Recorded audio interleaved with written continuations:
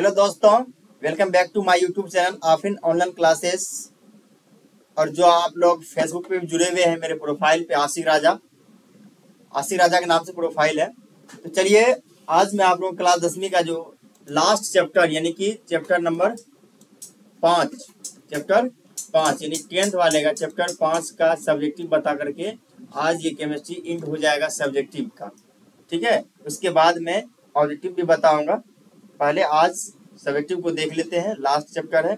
और जो आप पीछे नहीं पढ़े हैं वो आफिन ऑनलाइन क्लासेस यूट्यूब पे सर्च करेंगे, उसको वहां जाकर के आप पढ़ सकते हैं। चैप्टर वाइज 1 2 3 4 5 करके दिया हुआ है सब्जेक्टिव का, वो पढ़ सकते हैं आप। चलिए वीडियो को स्टार्ट करते हैं हम लोग बिना देरी किए। ठीक है, आपका सवाल है न्यूलैंड के अष्टक नियम की क्या सीमाएं हैं।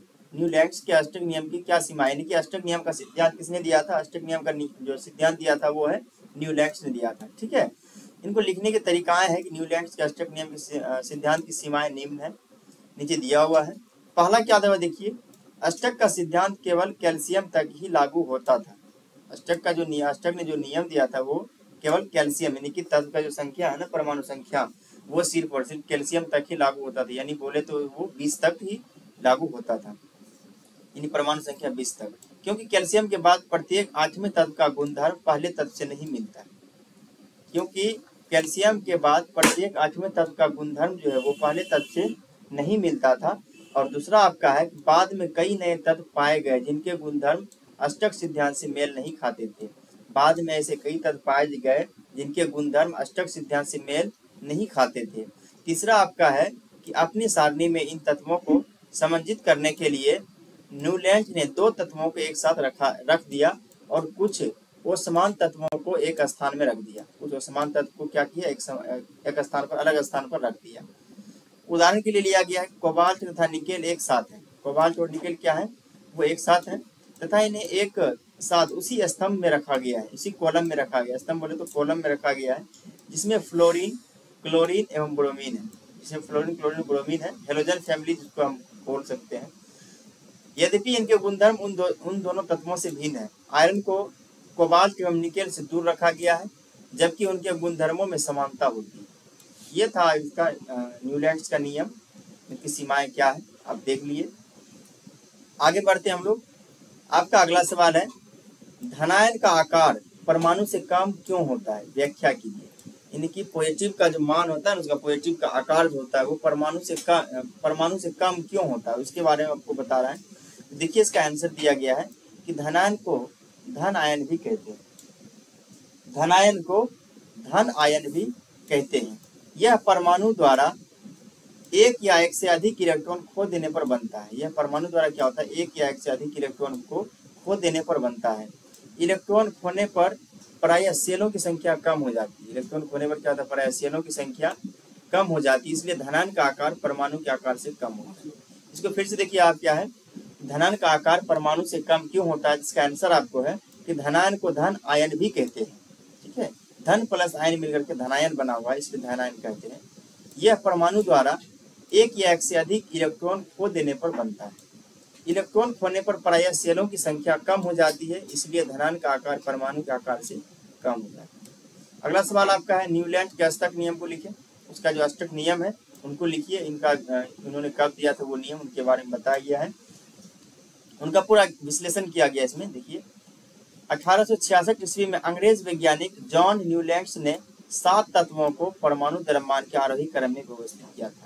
ये देखिए कि अंग्रेजों ने कुछ हमारे लिए महत्वपूर्ण काम भी करके यहाँ से गए हुए हैं, जिसके बारे में हम लोग को पढ़ने को मिल रहा है।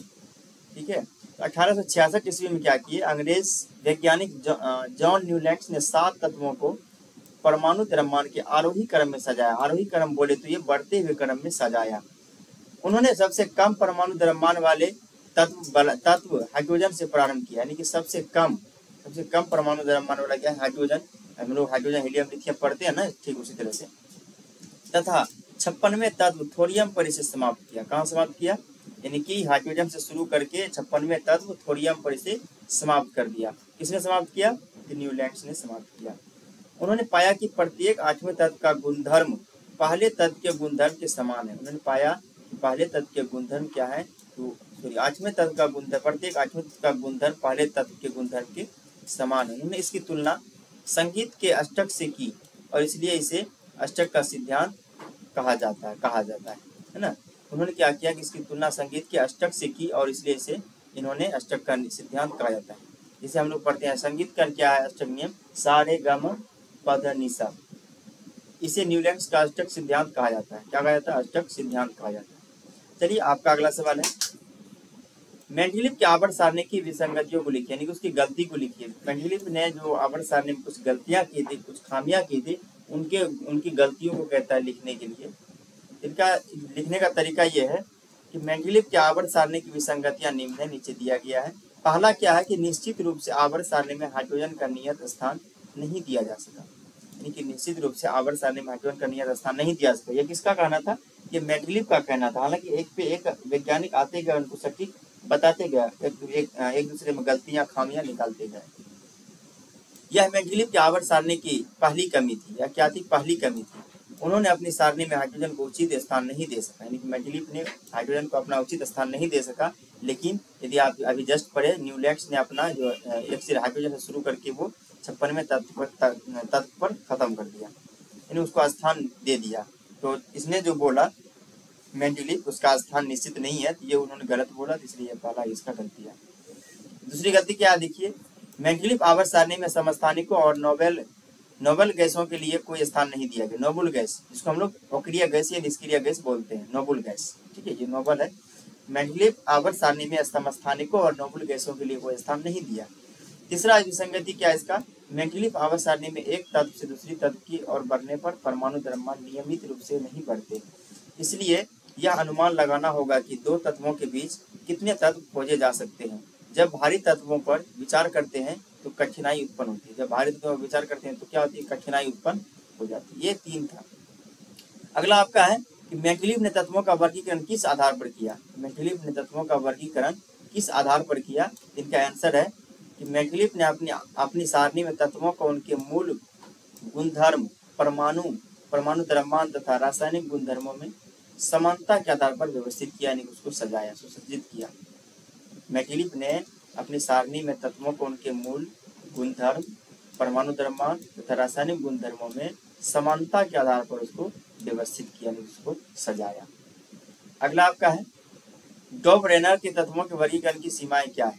डॉबरेनर के तत्वों के वर्गीकरण की सीमाएं क्या है, उनके बारे में आप पढ़ना है। देखिए कि उस समय तक, यानी कि डॉबरेनर के समय तक, उस समय तक ज्ञात सभी तत्वों का वर्गीकरण तिर्यक के आधार पर था, यानी कि तिर्यक नियम का प्रतिपादन किसने किया था? डॉबरेनर ने किया था। किसने कहा था? डॉबरेनर ने किया था। उनका पालन नियम उस समय तक ज्ञात सभी तत्वों का वर्गीकरण तिर्यक के आधार पर नहीं हो सका। दूसरा यह है कि यह तिर्यक नियम कुछ ही तत्वों तक सीमित रहा। दूसरा यह है कि इसका जो तिर्यक नियम था ये कुछ ही तत्वों तक सीमित रहा। तीसरा आपका है, उस समय तक ज्ञात तत्वों में केवल 3 तिर्यक ही ज्ञात हो सके। उस समय तक ज्ञात तत्वों में केवल 3 तिर्यक ही ज्ञात हो सके थे।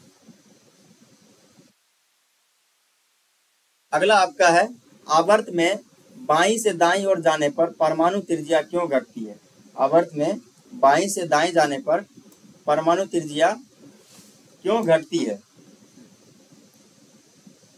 ये बताना है।